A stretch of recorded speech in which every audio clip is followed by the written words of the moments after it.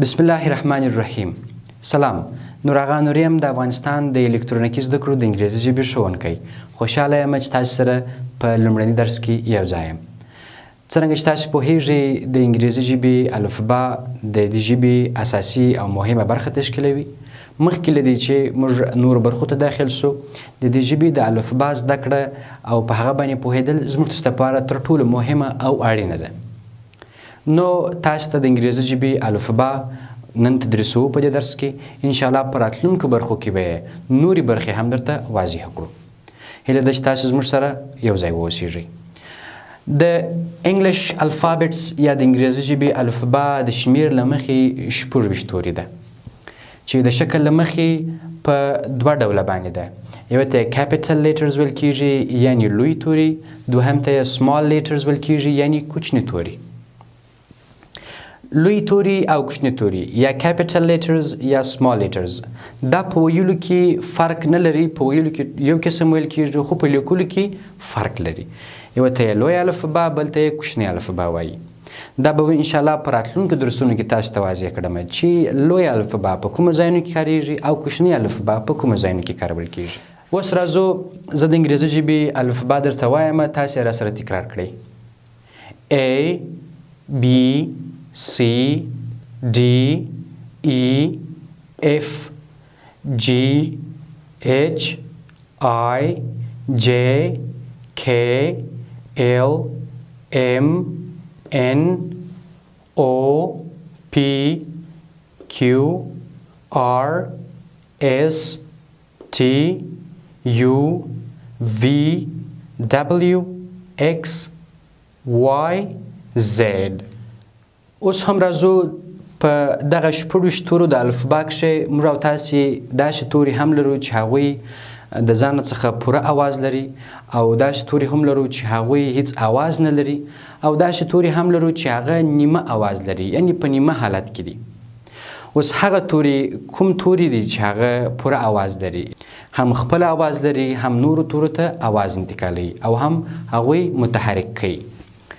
هغه لومړی واول لیټرز ورته وایي یعنی اواز لرونکي توري، غږ لرونکي توري چې د شمیر له مخې 15 دانې دي.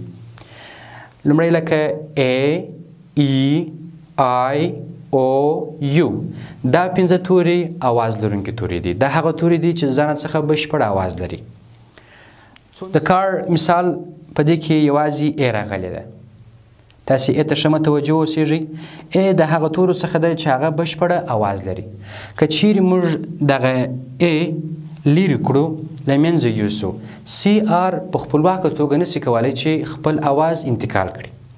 نو موږ A یا داسې غږ لرونکی توری د دوو بې اوازو تورو منځ ته انتقالوو راوړو تر څو پورې چې لغاتونه او کلمې متحرکې سي او اواز پیدا کړي. دوه مثال د سنټ دی.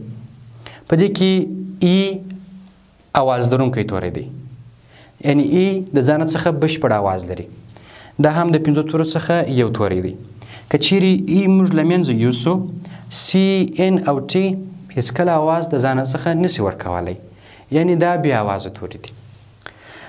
کار معنا موټر، سنټ معنا د ډالر سلمه برخه.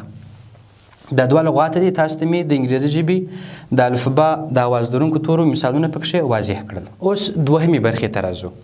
دوهمه برخه هغه ته کنسوننت لیټرز ویل کیږي یعنی بې اوازه توري چې د شمیر له مخې 19 دانې دي. دا هغه توري دي چې دوی د ویلو پر وخت باندې هیڅ رنګه اواز د ځان څخه نسي ورکولی. دوی اواز هغه وخت ورکوي چې کله دغه 15 توري اواز لرونکي توري ورسره یو ځای سي.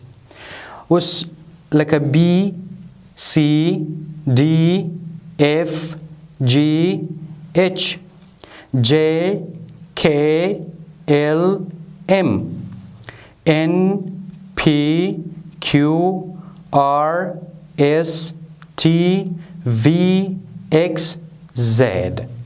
دا هغه 19 توري دي چې هیڅ رنګه اواز د ځان څخه نسي ورکولی.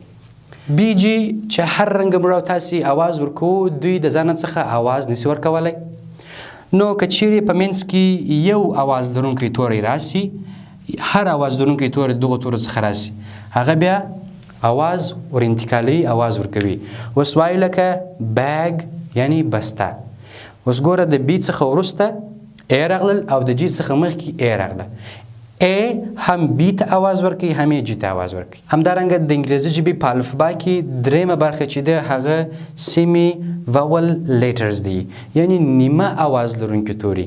د شمېر له مخې 2 دانې دي لکه W Y. په ډېرو ځایونو کې آواز بشپړ انتقالوي، په ډېرو ځایونو کې آواز هیڅ نه انتقالوي، خاموشه پاتېږي، او په ډېرو ځایونو کې نیمه آواز انتقالوي. دلته موږ دا توري د نیمه آواز لرونکو تورو په حیث راخیستي دي. 2 مثال دي لکه هاو. په دې ځای کښې W نیمه آواز لرونکی توری دی. دوهم لغات د کرای دی. په دې کې وای راغلی دی. وای هم دلته نیمه غږ لرونکی توری دی.